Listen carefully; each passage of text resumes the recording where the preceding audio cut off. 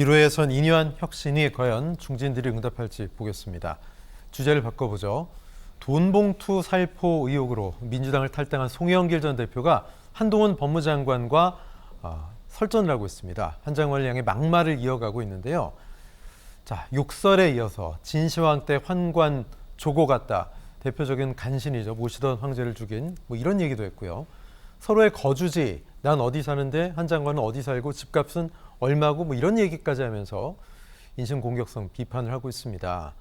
자, 송영길 전 대표 왜 이렇게까지 하는 건지 모르겠습니다. 이종훈 평론가 어떻게 보십니까? 네, 이건 뭐 명백한 눈도장용 발언이다. 네. 예, 그럼 누구의 눈에 들기 위해서 이럴까? 네. 이재명 대표 눈에 들기 위해서 그런 거죠. 네. 그러니까 결국은 이제 본인 공천을 이제 달라는 얘기를 네. 이런 식으로 간접적으로 지금 표현을 하는 겁니다. 그러니까 뭐 이제 민주당 입장에서 최고의 뭐 어떤 주적이라 그러면 이제 뭐 윤석열 대통령이 되겠습니다만 네. 그 다음 주적이 한동훈 장관쯤 되겠죠. 네. 그리고 이재명 대표 입장에서는 또 사실은 윤석열 대통령보다도 오히려 한동훈 장관이 주적이 일 수 있어요. 예. 본인의 여러 가지 이제 사법 리스크 관련해 가지고 네.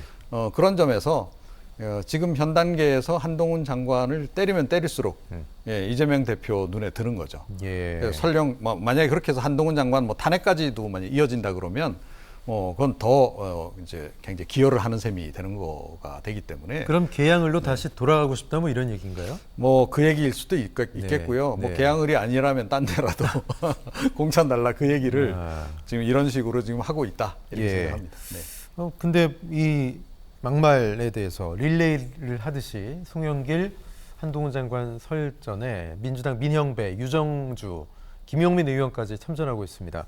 최 교수님, 뭐 좀 소모적인 논쟁 아닐까요? 이게 지금 논의 핵심은 아닌 것 같은데요. 그렇죠. 그러니까 내용이 중요한 건데 네. 사실은 이제 언어가 너무 거칠어지면요. 예. 본래 하려는 의미가 이게 상쇄되게 돼요. 네. 그러니까 왜냐하면 이런 말을 써도 돼 이렇게 돼버리면 네네. 비판하려는 논지가 자꾸 흐려지게 된다니까요. 예. 그래서 저는 좋은 방법이 아니라고 생각해요. 네. 한동훈 장관에서 비판 저는 해야 된다고 보고요. 가능하다고 봅니다. 또 한동훈 장관의 태도가 저는 바람직하지 않다고 보고요. 거기서 거기에 대해서 예를 들면 민주당 의원들이 비판할 수 있죠. 예. 근데 그게 저렇게 거친 언어가 되면 네. 그 다음부터는 이제 언어만 남아요. 특히 뭐 요즘 MZ 세대들이 볼 때 어린 놈 이런 말은 전형적인 꼰대 발언 아닌가요? 그렇죠. 소위? 그런 발언은 적절하지 않다고 생각해요. 그래서 저는 너무 말을 거칠게 하게 되면요. 예. 본래 본인이 원했던 그런 효과를 낳기보다는 역효과가 나요. 네. 그러니까 비판을 하더라도 따끔하게 비판을 하되 뭐 이렇게 뭐 특히 나이를 연상시키게 한다거나 아니면 무슨 뭐 막말이라거나 아니면 정말 그 일반적으로 우리가 사용하기 어려운 단어들을 쓰는 것은 네. 그건 바람직하지 않습니다. 뭐 저는 그래서 뭐 송영길 전 대표를 포함해서 민주당 의원들이 한동훈 장관을 비판을 하되 그 비판의 내용이 귀에 쏙쏙 들어오게 조리 있게 얘기하는 게 필요하지. 네. 특별히 이렇게 너무 거친 언어를 사용하는 것은 전혀 내용에 도움이 안 된다. 그렇게 말씀드리겠습니다. 한동훈 장관이 이미 존재감이 크고 뭐 현역 지금 뭐 주자들, 대권 주자들, 차기 주자들 가운데 뭐 여론조사하면 2위 정도 나오죠. 그 정도로 존재감이 커졌습니다만 그렇게까지 된 데는 과거에 국회에서 민주당 의원들 상대로 설전을 벌이면서 존재감이 커졌던 그런 전례들이 좀 많이 작용을 했거든요.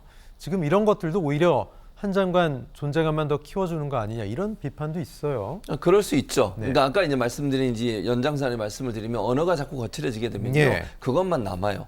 그러니까 그것 때문에 한동훈 장관의 존재감이 커진다는 얘기는 물론 그렇다고 해서 한동훈 장관의 중도층까지 저는 존재감이 커졌다고 보지 않아요. 그러니까 지지층, 소위 보수 지지층이나 윤석열 대통령을 지지하는 분들 입장에는 한동훈 장관에 대해서 환호하게 되는 거죠, 결국은. 네. 전사가 됐구나, 우리를 대신해 싸우고 있구나, 저렇게 끝까지 민주당 의원들과 대응해 싸우는구나 이런 모습 보여주기 때문에 지지층을 결집하는 데 도움을 줄 수밖에 없는 거고 그래서 사실은 지금 대선 후보 뭐 여론조사하면 한동훈 장관이 가장 보수 중에서 가장 높은 네. 지지율 나오잖아요. 그게 보수층이 그쪽으로 결집해서 그래요. 네. 그러니까 저게 저는 아까도 말씀드렸습니다만 언어가 거칠어지면 거칠어질수록 별 도움이 안 된다는 걸 증명하는 거예요.